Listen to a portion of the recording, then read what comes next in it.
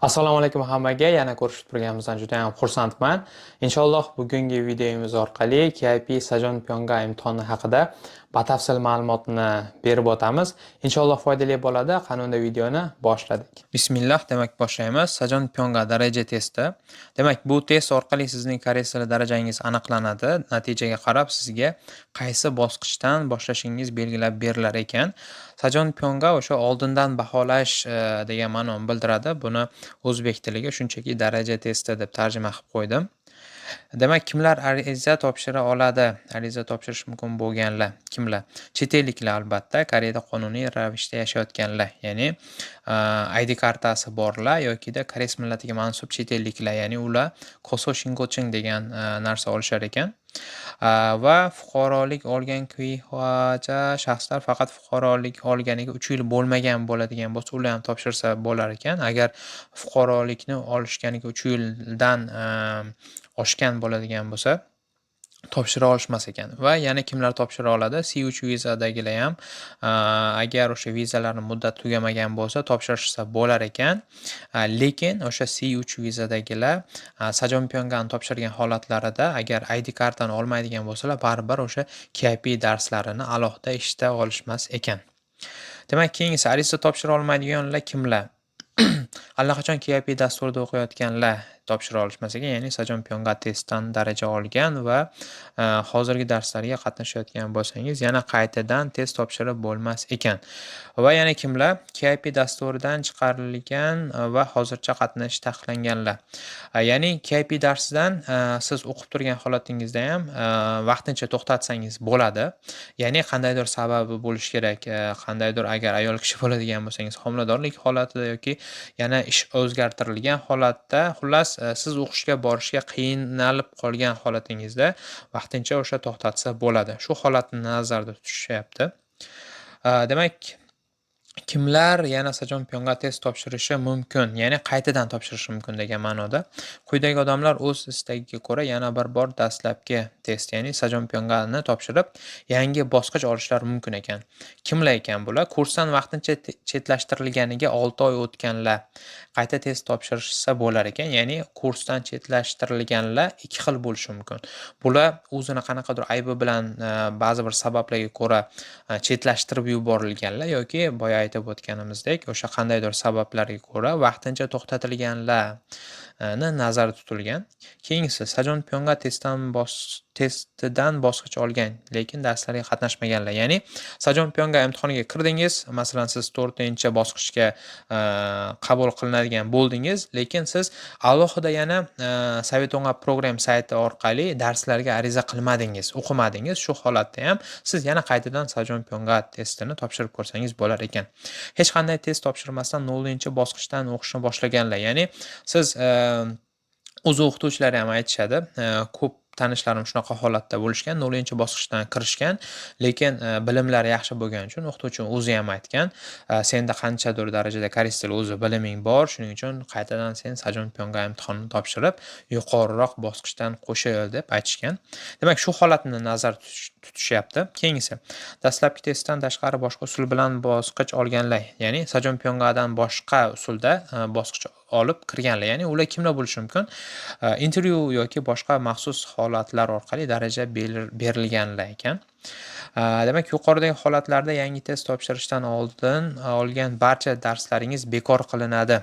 Ya'ni siz qanaqa holatda o'qib turgan holatingizda, ya'ni 0-bosqichda o'qib turganingizda siz Sajon Pyonga topshirdingiz, o'sha o'qiganingiz o'chib ketadi. Yoki siz o'qishni qanchadir o'qigandingiz va uni vaqtinchalik to'xtatgan edingiz, siz vaqtinchalik to'xtatib keyin yana o'sha qaysidir joydan to'xtatgan joyingizdan boshlashingiz mumkin edi aslida, lekin siz Sajon Pyonga topshirganingiz uchun qanchadir o'qigan, oldin o'qib to'xtatgan qismingizdagi o'qigan vaqtlaringiz hammasi o'chib ketar ekan. Va agar yangi test natijasi hozir o'qiyotgan bosqichdan pastroq chiqadigan bo'lsa, eng oxirgi chiqqan natija saqlanib qolar ekan. Shunisiga e'tibor bering. Demak, keyingisi Sajompyonga testni topshirmasdan ham quyidagi holatlarda KIP bosqichlari belgilanadi. Ya'ni, aynan Sajompyonga imtihoniga kirmasdan turib ham siz qaysidir bosqichdan boshlash imkoningiz bor. Bu qaysi usulligini hozir aytar ekan. Demak, 0-bosqichdan boshlash. Demak, 0-bosqichdan boshlash uchun albatta siz til bilish, daraja bilish Sajompyongani topshirishingiz shart emas. Shunchaki 0-darajadan boshlab yuborsangiz bo'ladi.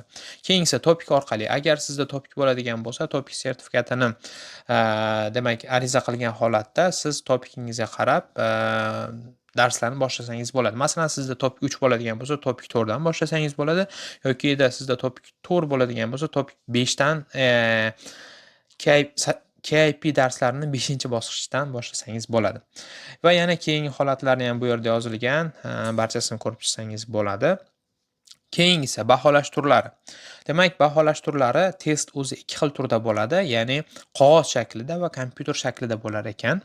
Demak, bu yerda ko'rishingiz mumkin, qog'oz shaklida bo'ladiganida ham, kompyuter shaklida bo'ladiganida ham savollarni soni bir xil bo'ladi, sharti ham bir xil bo'ladi.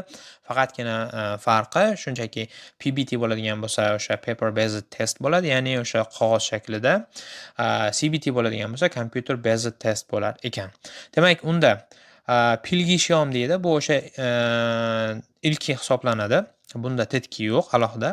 Demak, Kekwanchik deyilgan 38 ta koreys tiliga oid, ya'ni koreys tili qandaydir koreys tili deyilganda bu qanaqa? Siz topik bilan bir xil deb hisoblasangiz bo'ladi. Munhua deyilgani bu 10 ta qismi, ya'ni siz o'sha Koreyaga oid bo'lgan qandaydir savollar, masalan, qaysi orol qayerda joylashgan yoki qanaqadir o'zini qonun qoidalari, soliqlarga oid qanaqadir savol javoblari bo'ladi. Shunga oidlari 10 ta bo'lar ekan. Jami buning uchun sizga 60 minut berilar ekan va yana Tandapyong Chugwanchik deyilgani bu 2 dona bo'ladi. Bu o'sha Sigi deb olsak bo'ladi.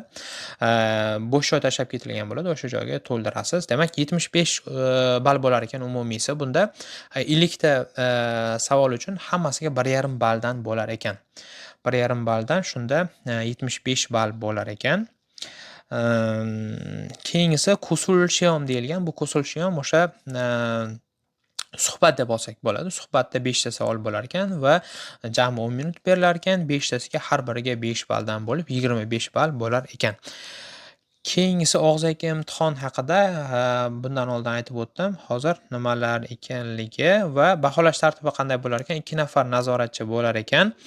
2 nafar nazoratchi va 5 nafar imtihon topshiruvchi bir vaqtda baholanadi. Ya'ni bitta xonaga kiriladi, 5 kishi kiradi va topshiriladi. Bu yerda 5 kishi deb yozilibdi, kamroq yoki undan balki ko'proq bo'lishi ham mumkin. Biz Chongapyongaga kirgan vaqtimiz 3 kishidan kirgan edik. Adashmasam.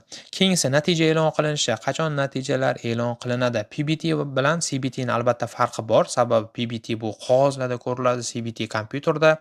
Demak, PBT natijalari siz imtihon topshirgan kundan keyin 13 kun o'tgach, soat 4:00 dan keyin e'lon qilinar ekan. CBT bo'ladigan bo'lsa, bu imtihon topshirgan kuningizdan keyin 2 kun, 2 ish kuni, shu yerga mashqlab e'tibor beramiz. 2 ish kuni o'tgach, soat 4 dan keyin e'lon qilinar ekan. Natija qayerdan ko'rishimiz mumkin? kptest.org saytida mening sahifam va natijalarni ko'rish, ya'ni my page Songjok Hwagin bo'limidan tekshirib olsak bo'lar ekan. Va bu yerda yozib qo'yilgandek, bayram kunlari va dam olish kunlari tufayli muddatlar o'zgarishi ham mumkin. Keyingisi imtihon natijasini amal qilish muddati juda ko'p savol berishadi. Natija e'lon qilingandan keyin, ya'ni sizni natijangiz e'lon qilingandan keyin 2 yil davomida amal qiladi. Ball natijasiga qarab KIP bosqichi belgilanadi. Ya'ni siz to'plagan ballaringiz 3 dan 20 gacha bo'ladigan bo'lsa, 1-daraja, 21 dan 40 gacha bo'ladigan bo'lsa 2, 41 dan 60 gacha bo'ladigan bo'lsa 3, 61 dan 80 gacha bo'ladigan bo'lsa 4, 81 dan 100 gacha bo'ladigan bo'lsa 5-bosqich bo'lar ekan. Demak, keyingisi 85 ball va undan yuqori olganlar uchun qoida bor ekan. Agar siz Sajompyongadan 85 ball yoki undan yuqori oladigan bo'lsangiz, natija amal qiladigan, ya'ni o'sha sizning sertifikatingiz amal qiladigan 2 yil ichida hech qanday KIP darslariga qatnashmasdan turib ham Yongju uchun uzoq muddatli yashash vizasi bu ham uchun Chongapyonga imtihoniga kirishingiz mumkin bo'lar ekan.